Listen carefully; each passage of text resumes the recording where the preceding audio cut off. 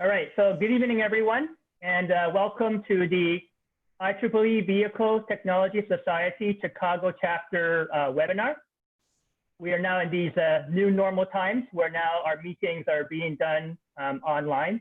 So thank you all for joining us virtually tonight. Thank you for your time. So today's topic is going to be on Canada's activities in the connected and autonomous vehicles ecosystem. And our presenter is Barrie Kirk, who's a professional engineer and executive director of CAVCOE in Canada. Next slide. Yeah, so if you're not familiar, the IEEE Vehicle Technology Society is one of the societies within IEEE. So if you're not familiar, IEEE is the organization for professionals that deal with electronic and electrical engineering, computer science. I think maybe most of you are familiar with IEEE. So for example, the different standards that we have, like for example, 802.11 for the Wi-Fi, that was standardized by IEEE. So this is the website if you want to know more about vtsociety.org, and also if you want to become a member. Next slide. So the flagship conference that IEEE Vehicle Technology Society hosts, they host actually 2 conferences per year, one in the spring and one in the fall.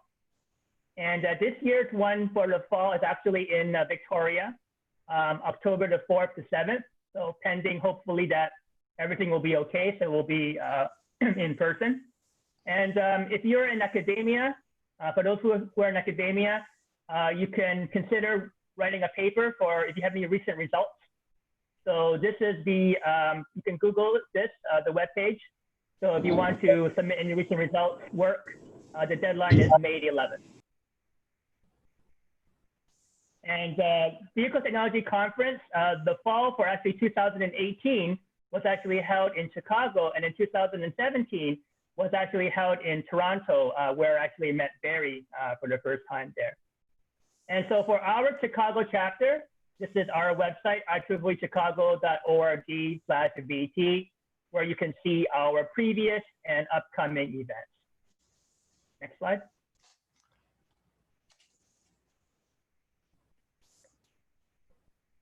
Yes, so I'm the chair of the IEEE VTS Chicago. I've been chair now for the past 2 years. My primary job, besides volunteering for IEEE, is at BMW Technology Corporation. So we are the technology office for BMW. We deal with digital business services. So I work in the machine learning group, looking at big data and trying to understand drivers' driving behavior.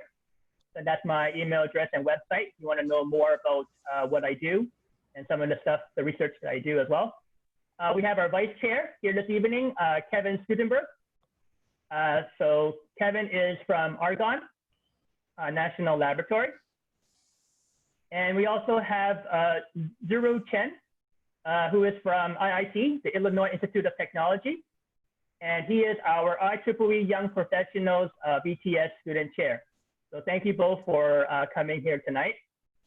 And our mission for the VTS Chicago chapter is basically we want to create a community of academics and professionals that are interested in all things about vehicle technology.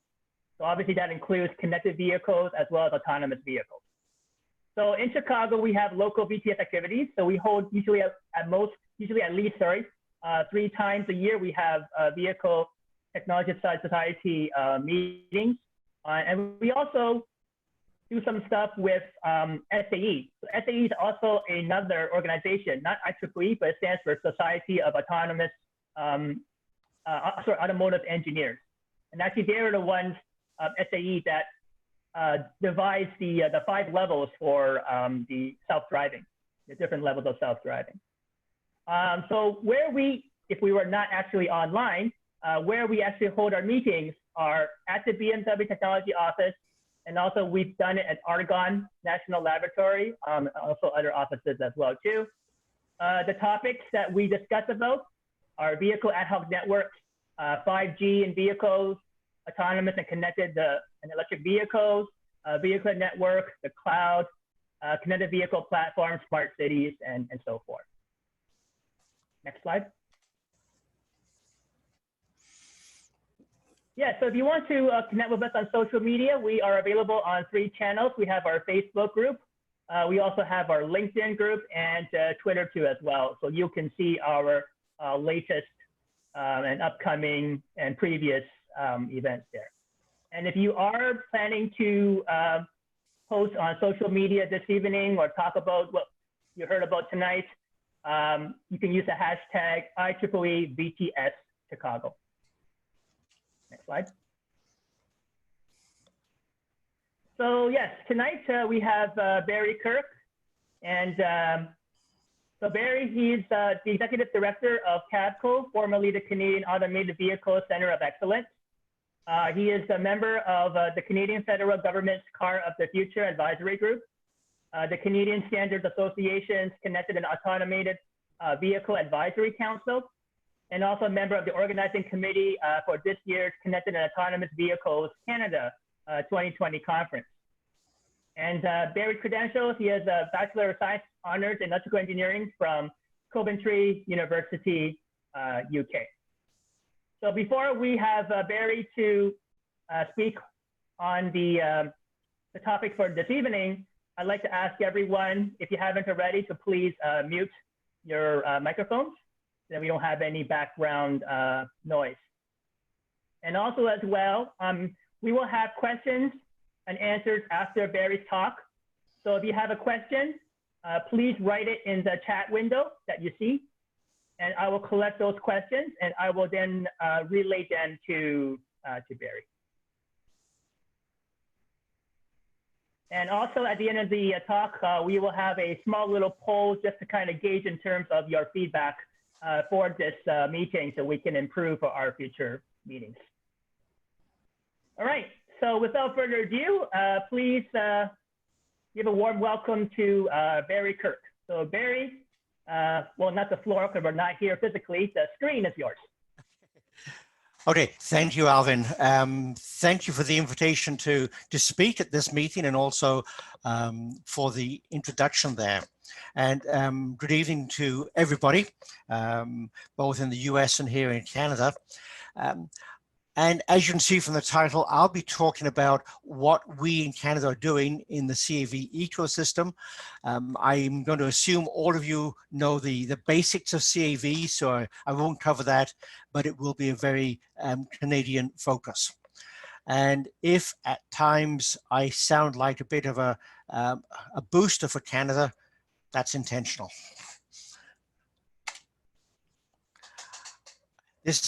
For those of you who have seen that science fiction movie, the classic 2001: A Space Odyssey, this is a takeoff on that. Love the movie, and you know, I like this cartoon. I'm sorry, Dave, I'm afraid I can't drive you there. A car that's getting too big for its britches. One slide about CAVCOE itself. We're a consulting organization. We specialize in helping the public and the private sector get ready for the arrival of CAVs. We do a lot of consulting studies. The one on the left is a project we did for Associated Equipment Distributors. We publish a newsletter, AV Update, I'll come back to. I do a lot of public speaking, and once in a while I'll do an opinion piece in a newspaper or magazine, and that's one I did for the Ottawa Citizen. The agenda is 3 main sections. One is I want to focus on what we are doing here in Canada in terms of CAV innovation. Second, what the government is doing to prepare for CAVs. And third, what the private sector is doing and the impact, the socio-economic impact on businesses and private lives. And finally, there's going to be one slide just to pull everything together. In terms of the innovation file, I'm going to start here in Ottawa. And this, I know, is a very busy slide, but it shows the CAV ecosystem here in Ottawa. And what I liked about this is it shows the different organizations grouped by category. So if you can see my cursor move, we've got this one is the research and leadership. You've got the federal, part of the federal government, local universities, and of course you have CAVCOE there. A bit lower down, we have autonomous solutions, Ford, BlackBerry, and Apple. There's a very strong history here in Ottawa of telecommunications and communications. So connectivity is a natural. Companies like Ericsson, Mitel, Nokia, and others, very, very active locally. Over here, safety and security. And you'll see that BlackBerry occurs a few times because they are involved in so many aspects of the software. Software and data. Odetto specializes in cybersecurity countermeasures, and one of their chief technical people, about a year or so ago, was hired away to Waymo. So that's good for them and sad news for us. Sensors, a very active cluster of companies working on sensors. Neptec, for example, make LiDARs. And then finally, manufacturing, engineering, and design. There's a similar infographic for Waterloo. And if you don't know Waterloo, the Kitchener-Waterloo area is the other side of Toronto, west of Toronto, about an hour's west. And they, again, have a very strong CAV ecosystem. It's anchored very much around the University of Waterloo and the part of the university called Wathka. And some of the companies you will see again, Ford, GM has a development center around there.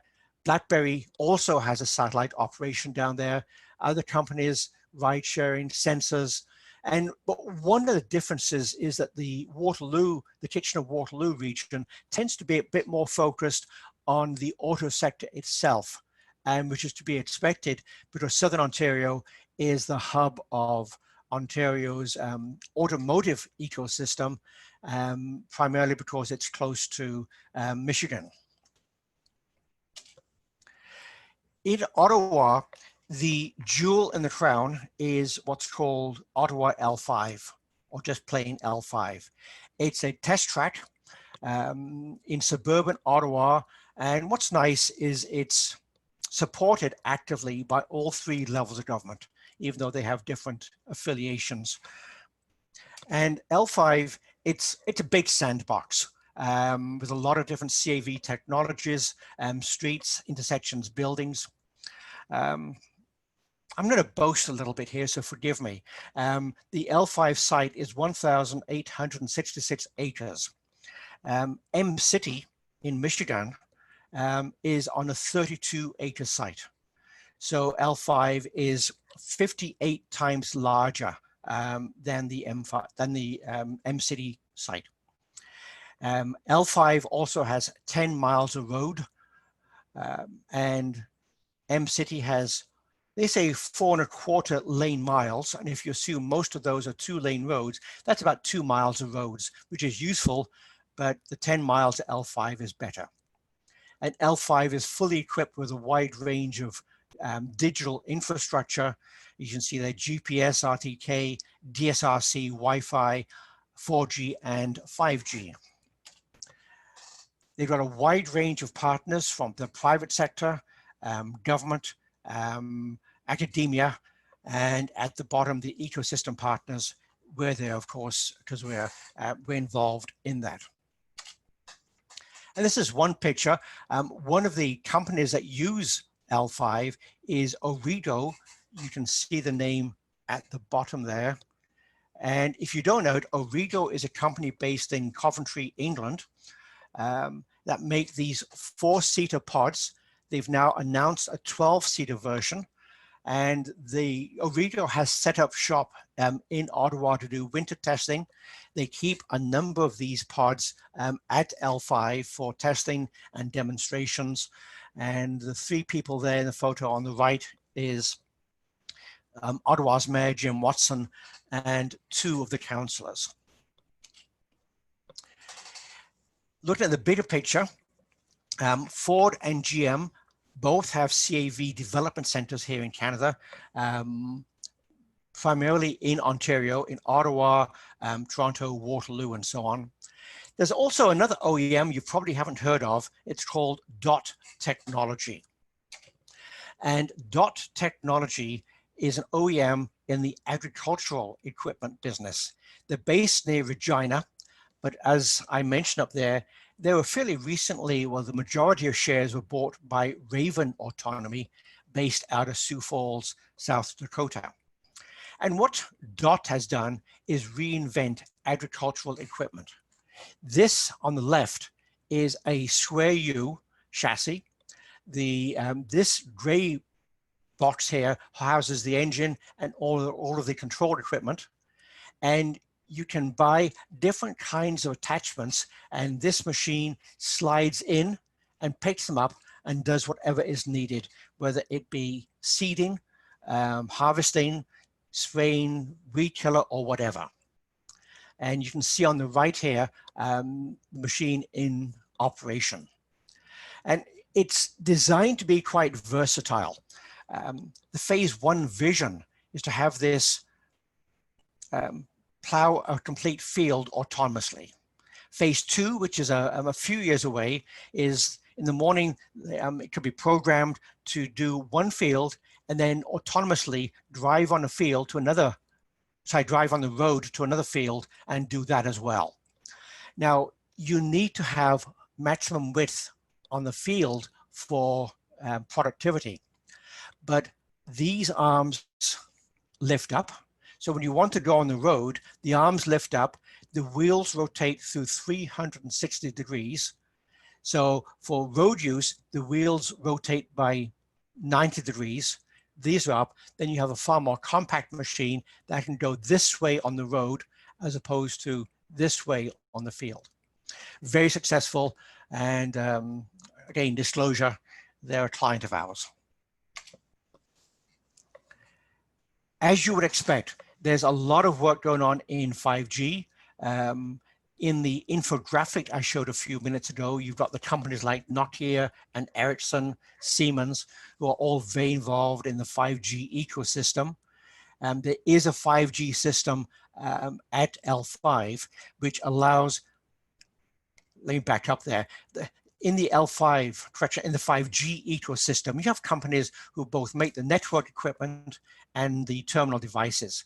And at L5, you can test the two together, make sure it all works. There's also a major project called Encore 5G. Encore has a long name, but you can see it there, Evolution of Networked Services through a corridor in Quebec and Ontario for research. Again, this is a sandbox, different kinds of research projects. It's supported, and the stakeholders from the private sector, support from 3 different governments, SMEs, universities. So it's a multifunctional sandbox and very effective. Moving a bit further out west, but staying with innovation, Winnipeg Airport has been doing a pilot project for a fully autonomous snowplow, a big need for that. And a smaller snowplow is this. A company I and Keith, who's on the line, Keith Fagan, are very involved in is the Canadian Automated Snowplow Initiative, or CASPI. It's a new association for organizations very involved in sidewalk snowplows. We're going to do research studies, and we're going to do, in fact, have done a student competition. And this photo with the orange Argo J5 is one of the entries into the student competition we held in 2019. The competition was held at L5 in May after the school year was finished. So there's no snow, so we used mulch, and it worked very well indeed. One of the other things that CASPI will be doing is to support some work in the area of standards for autonomously plowing sidewalks.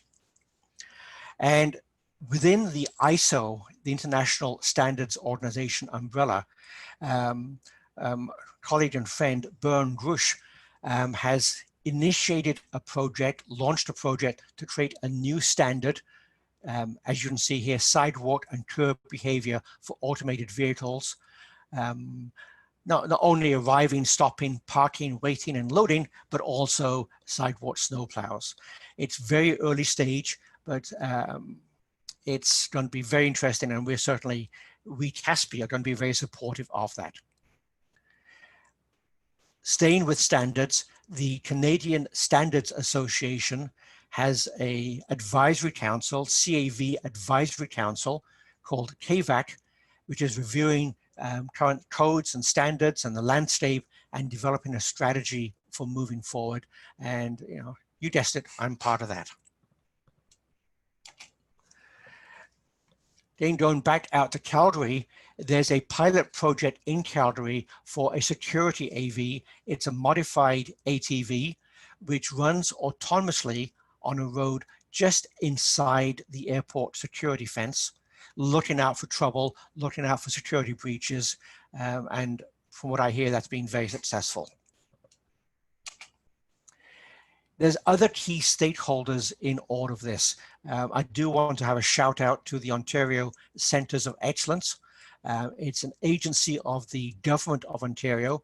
They're doing a lot of excellent work to both assist with the innovation and also help Ontarians get ready for CAVs. And one of their mandates is the Automated Vehicle Innovation Network, AVIN. And one part of that is the AVIN Technology Demonstration Zone in Stratford, Ontario, which is being managed by APMA, the Automotive Parts Manufacturers Association. We can't talk about CAVs without talking about artificial intelligence. And one thing that isn't being shouted as much as it should do, but one of the IT magazines last year announced that the University of Alberta in Edmonton is the #3 university in the world for AI research. It's wonderful. In case you're wondering, the top 2, one is Carnegie Mellon, no surprise there, and the other one is a university in China. There are also AI innovation clusters in Montreal and Toronto. And ACTIVE-AURORA is a pair of connected vehicle testbeds, one of them at the University of British Columbia in Vancouver, another at the University of Alberta in Edmonton. And these are both sandboxes, fully equipped with DSRC and cell phone infrastructure. And they're doing a lot of great work at both sites. So that's the innovation side, but we need to get a lot of things ready for the arrival of the technology. So the next section is government preparedness. And one of the milestones, it's a few years ago now, is this report. The Canadian Senate held hearings and developed a report on AVs with a whole bunch of recommendations. I won't go through all of this. It's available, it's free, it's online, and it's a good report to, which really set the stage for a lot of what is happening now. And one of the companies, one of the organizations very involved in all of this is Transport Canada. For you folks in the US, this is our equivalent to your US DOT, and Transport Canada's kindly allowed me to use some of their slides. Transport Canada has done a lot of work in the last few years to adapt the safety regime to support testing and deployment of CAVs. And these 6 graphics you see there are all reports which are available online. You can see in the bottom left the URL. If ever you want to get any of these, you can go to canada.ca automated vehicles. And so you've got amendments to the Motor Vehicle Safety Act, national testing guidelines, jurisdictional guidelines, very important in Canada, national policy framework, Transport Canada safety framework and some additional work here on safety as well. One thing I want to mention is on this, the Canadian jurisdictional guidelines. You can see there CCMTA. And that stands for the Canadian Council of Motor Transport Administrators. Again, for you folks in the US, very similar to AAMVA, the American Association for Motor Vehicle Administrators, I think. CCMTA is a working group comprising provincial and territorial governments and the federal government, and they coordinate on a national basis all matters dealing with the administration, regulation, and control of vehicle transportation and safety. On the one hand, we need to respect the autonomy of the provinces and the territories, but we also want to coordinate so that we have something reasonably consistent across the country. And that's the mandate for CCMTA. And going back to another of the Transport Canada slides, I've really covered the first two, but on the, oops, I didn't mean to do that. Let's see, oops, let me go back to this, and sorry about this, folks, but that's what I'm looking for. I hit the wrong button here. There we go. At the top right, you see this Vehicle of the Future Advisory Group. This is a joint advisory group formed by Transport Canada and ISED. ISED is the Federal Department of Innovation, Science and Economic Development. It's a bit like the US Commerce Department and FCC all rolled into one. So ISED is involved in both economic development issues as well as spectrum management. And yes, I sit on this one and this committee, and looking at a bunch of different topics there. As you see there, safety and security, social impacts, digital and physical infrastructure, innovation and competitiveness, etc. And there's about 50 of us involved in this. We've had various workshops with subgroups on each of these, very, very effective. The results have not been published at this point in time, but there's a lot of really good work being done there by everybody in that working group. And staying with the federal government, another Transport Canada slide, the federal government has its own testing facility at Blainville, Quebec, which is very close to Mirabel Airport, if you know it, west of Montreal. And as you can see from the photo, Blainville was originally built as a racetrack. And so they do a lot of testing there, and they've done testing, for example, with tractor trailers in a platoon. And I was listening to our Federal Minister of Transport, Marc Garneau, describe it. He was there for a demonstration, and they had 3 tractor trailers in a platoon.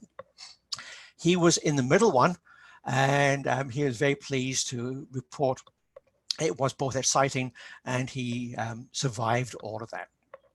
They do other kinds of testing as well, but it's a very effective facility. I'm going to have a small grumble here. What's a presentation without a grumble? KPMG, as I'm sure some of you know, publishes a Autonomous Vehicles Readiness Index. In last year's report, we, Canada, slipped from 7 to 12. And that's disappointing. But I do want to mention one reason for that is, and we've mentioned this to KPMG, the methodology they use to rate companies, to rate countries, is bias. One of the important criteria is the percentage of the geographic landmass that is covered by cell phones. If you have a small country like the Netherlands, number 1, or Singapore, number 2, it's very easy to have 100% cell phone coverage. If you are a big country like Canada, a lot of open spaces, We are way short of 100% coverage of cell phones. A lot of areas of the country without cell phone coverage, and a lot of areas of the country with no people either. So that methodology works against us. I think we should be higher up. I'm hoping KPMG will change the methodology. To be diplomatic, I would love for us to be up there, number 4, equal with the US.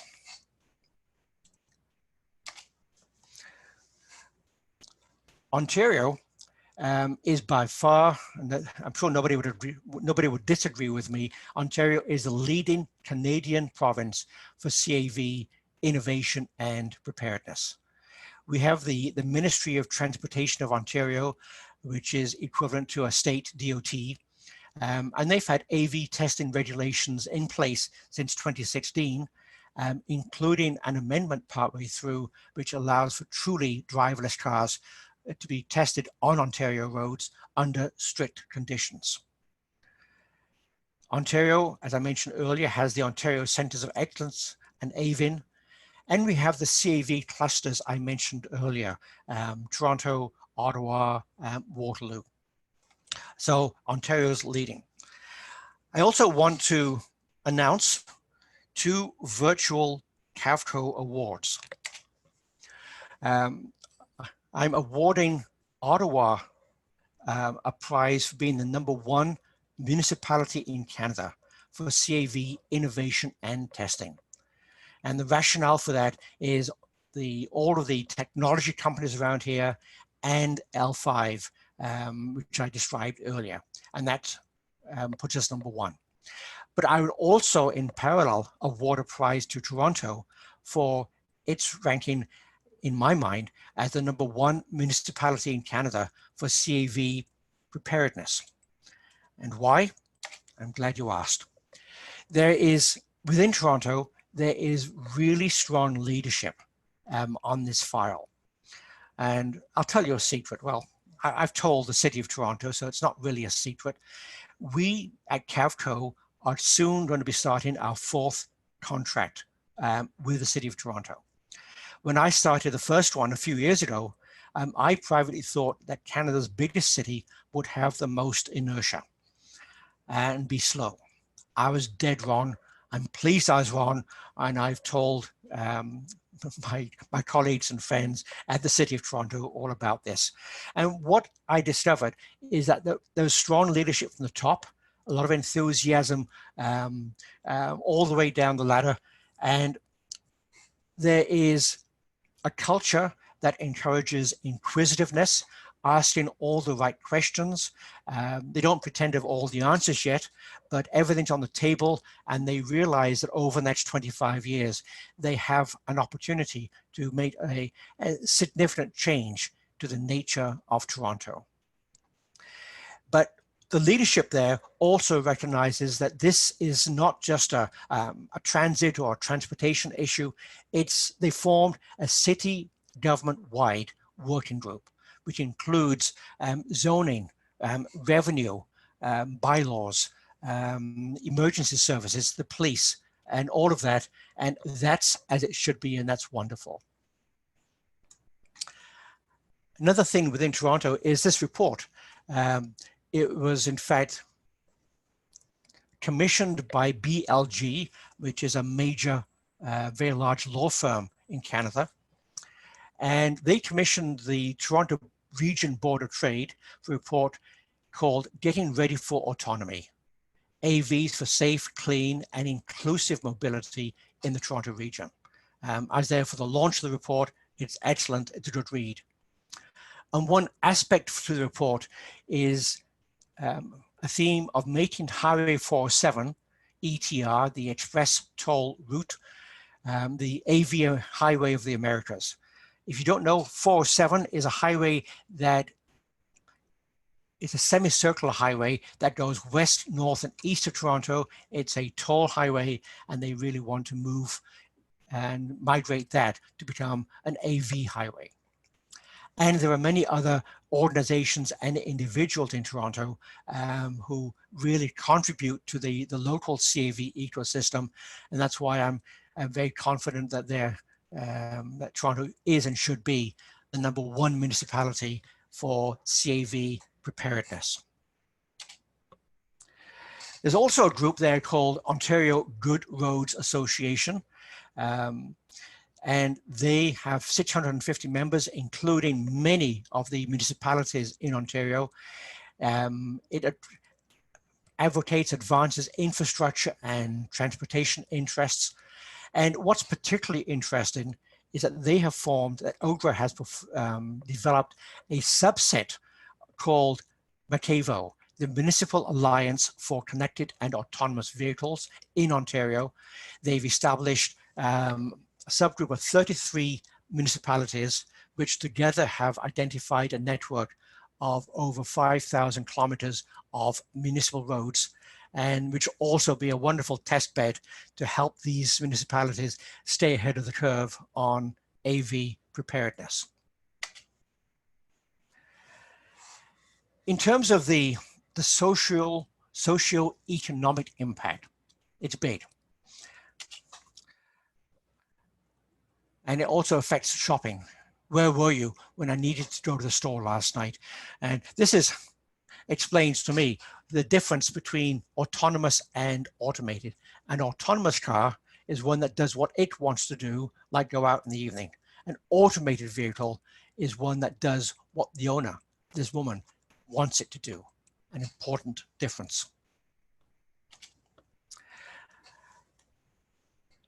In terms of the socio-economic aspects, I want to just return for one slide to the Transport Canada ISED Vehicle of the Future Working Group.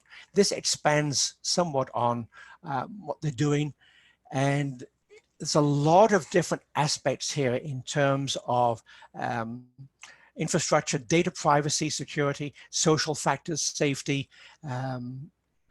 and it's going to really be a very important contribution to the plans for the future.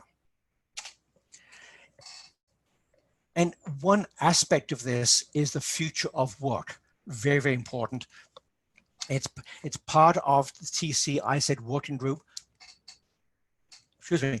There's also a very good report developed by a consulting company called ICTC, titled Autonomous Vehicles and the Future of Work in Canada.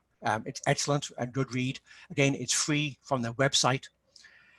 And the future of work is increasingly on the radar screen of the colleges and institutes across the country, and including Colleges and Institutes Canada, the association, Centennial College. I've spoken at both of their events last year, and there's a lot of interest in all of this because increasingly the colleges understand that their mandate is to train the workforce of the future, which is going to be very different to the workforce of today. One of the hot topics is union reaction. And with the future of work, yes, sadly, some people will lose their jobs. And a while back, I was on a CBC radio program, and we were talking about the use of heavy haulers, the fully driverless monster dump trucks in the Alberta oil sands. And the CBC teamed me up live on air with a union official, which made for an interesting discussion. But you know, it's the way of the future, but there is a human cost. And I said then, and I've said since then, that I really hope governments step in and provide a safety net to help people who lose their jobs, and especially with retraining where they can do that. And talking about the future of work, policing will work. And as it says here, does your car have any idea why my car pulled it over? The CAA is the Canadian Automobile Association, obviously very similar to the AAA in the US. And they've done a number of things related to driverless cars. They have an education program for their members and the general public. Excellent. They've also done a survey of the public's attitudes towards driverless cars. And late last year, I organized a panel session for a conference, and one of the speakers was from the CAA, and it was a very interesting perception to see how the public thinks about CAVs in the future. Auto insurance is the biggie. IBC in the top left-hand corner is the Insurance Bureau of Canada, and they understand it's changing. They understand that insurance is changing, that as drivers become less relevant and technology does more and more work, then collisions in the future will be less about the driver and more about product failure. They formed a working group, and they've issued a report called Auto Insurance for Automated Vehicles, Preparing for the Future of Mobility. It's a free report from their website, and they've made a number of recommendations. It's, I'm sure there'll be additional reports, but it's a very, very good start. And obviously there's some overlap here between Canada and the US. This is a report developed by ITS America. I'm sure some of you are very familiar with them. Driverless cars and accessibility, designing the future of transportation for people with disabilities. And I was very pleased to be part of the working group on that. I was very involved in a couple of workshops in Washington, DC, as were a number of other Canadians. I found it interesting because really the devil is in the details. I'm sure many of us have seen the early video of a blind person in an early Google driverless car and said it's wonderful. But when you really start trying to figure out how it's all going to work together, there's a lot of detailed issues, and they are brought out in this report, and that was a good step forward. And as I said, I'm pleased that I was able to be part of that. And I can't really talk about CAV preparedness without putting in a quick one-slide plug for CAVCOE. As I mentioned earlier, we advise corporations on governments, and we've got a wide range of clients in both Canada, the US, and overseas.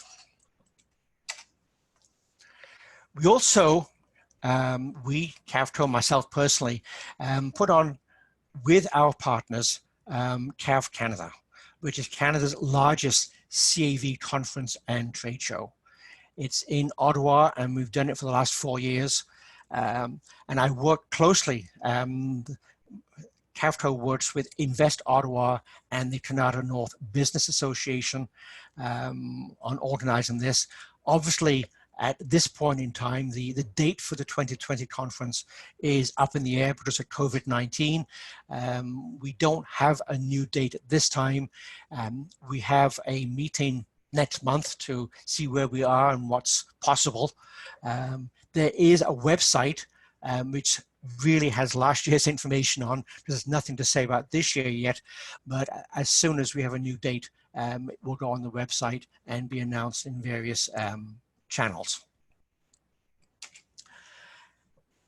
Final slide. I hope the intention was to show that Canada has an excellent and really diverse CAV ecosystem that covers innovation, testing, all levels of government, the private sector. And on a personal note, I'm really looking forward to seeing the CAV era unfold in the future. And for follow-up, those are my coordinates. We do have a monthly newsletter. It's free. We try to have about 50% Canadian content, and then about 50% content of what's happening in the US and other parts of the world, because that's very relevant. So if you want to receive that, please just send an email to that address, just so that we have something on file to show that you've asked for it. So it's a 1:45 there, Alvin. So I think we're right on time there. We have time for Q&A. So I'll over to you to read the questions out, please. Yes, So first of all, thank you, Barrie, for that wonderful presentation and the showing about how what Canada is doing in the connected autonomous vehicles industry. So there are a couple of questions that I see here from the chat group. There's one here. Bear with me. This one's kind of a long question, but I'll try to explain it the best that I can. Surely, one of the most important prerequisites to the adoption of AVs is the basic question of liability for accidents and insurance for injured persons. Canada has entirely different insurance regimes in each province. Why has the regulatory and legislative development with respect to insurance and liability been so lacking, especially in comparison to the technological front? And what role might insurers have in the successful adoption of AVs? Very good question there. Thank you for that. The answer is we do have this strong organization called the Insurance Bureau of Canada. The regulators, both provincially and federally, are very aware of what's happening. I've briefed them on a couple of occasions, but the approach by the regulators at the moment is to let the IBC, the association, really suggest how we can and should move forward. It's very proactive. Yes, there are regional differences, provincial differences from private sector. Out in Vancouver, we have a provincially owned insurer for cars. So, but they are trying to work together to come up with a national model that they can all buy into. And one of the recommendations is a national policy as opposed to different approaches for each province. So in that sense, the insurance industry agrees with the person who asked the question. It's a work in progress, and I'm impressed by what they've achieved, but they know as well as I do, it'll take some time to fill in all the details here. Okay, thank you, Hamish, for sending that question in. We have a question here, Barrie, from Philip. He says here, from my understanding, Canada has not established a state-of-the-art real-world simulation driving scenarios, something similar to M-City in Ann Arbor. How do you rate the readiness of Canadian AV to reach level 4 and level 5 driving? Well, I'm a little bit confused because maybe the person who asked that didn't hear the section of the presentation on the Ottawa L5, which has 10 miles of road on a private secure site with intersections and buildings, digital infrastructure, very safe and secure. So it's a much larger testing facility than M-City. So we have that. I'm a great believer that you need 3 kinds of testing. One is software simulation. Second, you need testing in a secure facility like L5 or in the US like M-City. And third, you do need real on-road testing because there's going to be some surprises. You can do all 3 in Canada. So I disagree with the thesis for the question there. I think we're doing a good job. We've got the elements in place to do all 3 kinds of testing. Ford and GM and others are very active in this area. BlackBerry QNX, of course. We do in fact have the components, the elements that we need to do all the right kinds of testing. Okay, thank you. Another question has to do with, does your organization, I guess CAVCOE here, need to adapt with some safety standards? For example, Euro NCAP. Do you have similar rating systems? And how far did you achieve these ratings? We, CAVCOE, are not a developer. We're a consulting company. So we do not develop hardware or software. We're purely consultants. So we ourselves are not involved directly in using those standards. But one thing, when it comes to safety, one thing I didn't say, and one of the things which concerns me, is too many speakers, authors, assume that the technology will be perfect. I've heard people say that in both countries, in Europe, and the reality is the study, I think, done by NHTSA shows that that 93% of collisions involve human error. This study, in fact, is often misquoted. It's not that humans cause 93%, they are a factor. Most collisions have multiple inputs. And also, from the same study, you can deduce that at least 7% of the collisions are going to happen, regardless of whether a computer or a human is doing the driving. We need to minimize these. My forecast was for many years, and still is, if we have full deployment, say by 2040, we can reduce collisions down to 20% of what they are now, a big improvement. But I'm working to try and get people to accept that there will never be perfection in this area. I'm an engineer, I know all hardware and software fails occasionally. So when we talk about safety, we do need to do everything we can to achieve the best we can, but it will never be perfect. Okay, thank you. So here's a question regarding about delivery drones. So is there any focus in Canada on the application of sidewalk delivery drones? I guess similar to what Amazon is doing here in the US for delivering packages. Besides the standards that you mentioned, are there any companies working on this and any cities getting ready? Yes, indeed. There's a lot of companies there. I think the leading one is a company called Drone Delivery Canada.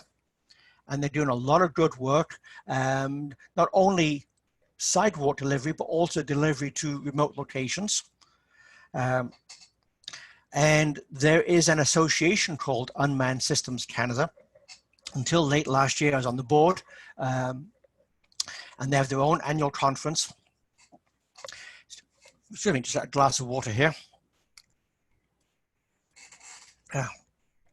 So, and there's a lot of companies in the drone space in Canada. It's a very active ecosystem, but I think the most dominant one is Drone Delivery Canada. And they are getting a lot of good marks, and I think they've been working with Air Canada as well on parcel delivery. I remember one announcement that they were delivering prescription medicines from mainland British Columbia over to Vancouver Island, to a remote location on Vancouver Island, which is in addition to the question, which is delivery in urban areas. So certainly both markets are very important, and there is a strong ecosystem. Okay, very good. This has to do with an automotive manufacturer. So back in 2016, GM, General Motors, announced that they were going to hire 1,000 software engineers in Canada to develop their AV technology. Do you know if GM did this? So do I know what, Alvin? If General Motors, did they do this? Did they hire those software engineers? They've hired many hundreds. Whether they've actually achieved 1,000 yet, I don't know.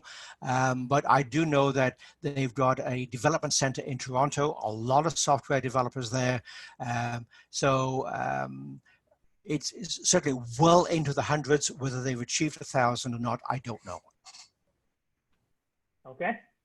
And the question has to do with here, would you agree that media coverage on AV technology in the US leaves an outsized impression of US advances and undercovers Canadian progress? No, I think it's natural. I think there's a lot of media coverage in Canada on CAV work, which, as it should be. I think each country, the media acts as a booster for companies in their own country. I don't see that I never sensed any undue bias there. There's a lot of stuff happening in both countries. The whole auto sector has for many years been fully integrated. And, a single part for a car might cross the border, 5 or 6 times before the car is actually sold. That's how integrated the auto sector is. And that's why there's this really steady stream of parts and vehicles across the border going both directions. So it's very much integrated. We're very dependent on each other. And if I look at, say, what BlackBerry QNX has been doing, virtually all of as one example, virtually all the major OEMs in the world use BlackBerry QNX software in their vehicles. And that's a Canadian company. So no, I disagree with the premise behind that question. Okay. This has to do with some infrastructure. So Barrie, is there any plan to install devices such as radio transmitters at strategic locations that are fixed on the roads to assist the navigation of driverless cars? In a limited sense, yes. But the problem, I think, in both of our countries is any sort of infrastructure, roadside infrastructure, is very expensive. And the whole approach is to move towards having the intelligence in the vehicle rather than on the infrastructure. It's financially impossible to put that kind of infrastructure on every single urban road, suburban road, highway, rural road, lane. And this is going to be impossible. And this is one of the reasons why DSRC hasn't really taken off, because there was nobody available to pay the bill. What's happening with navigation is in-vehicle technologies, and one of those that I really like is called SLAM, S-L-A-M, which is simultaneous localization and mapping. So whereby vehicles can use the existing maps, but can also refine the maps as they go and share that with other vehicles. And there's a company I know of in the UK called SlamCore, and specializing in this. And interestingly, one of the founders of SlamCore is also a founder of Roomba, the automated vacuum cleaner. And if you've ever seen someone who take a Roomba out of a box and put it down on the floor and press the on switch, Roomba goes and actually builds up and bounces off the walls and builds up a map of the room, of the house, starting from nothing. And the same kind of technology is being applied to CAVs and indeed to indoor CAVs as well for logistics and cargo. So it's a lot of, and that I think has a lot more promise, and it's going to be a lot more economical than putting that kind of infrastructure everywhere on every single mile of road across the country. Okay, good. Another question is, we have 2 minutes left. So another question has to do with how does CAV fit into the ITS architecture for US and Canada? I haven't looked at the ITS infrastructure for a number of years. I used to be very involved with ITS Canada. Obviously it does, but I'm going to have to take a pass on that one because I really can't provide a solid answer. Okay, and we have a final question here before we end the meeting. So you mentioned about 2040, the seminal date in the future development of this technology. This is more, I guess, looking at the future crystal ball. Will we be sitting in our rocking chairs to see this stage accomplished And who have you got lined up to take over your crusade?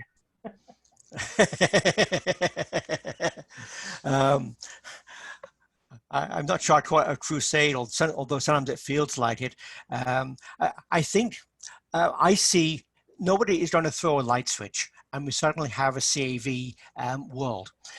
It started already in a small way.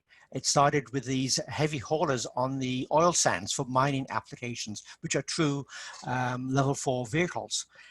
It'll ramp up with driverless taxis in the next few years in urban areas.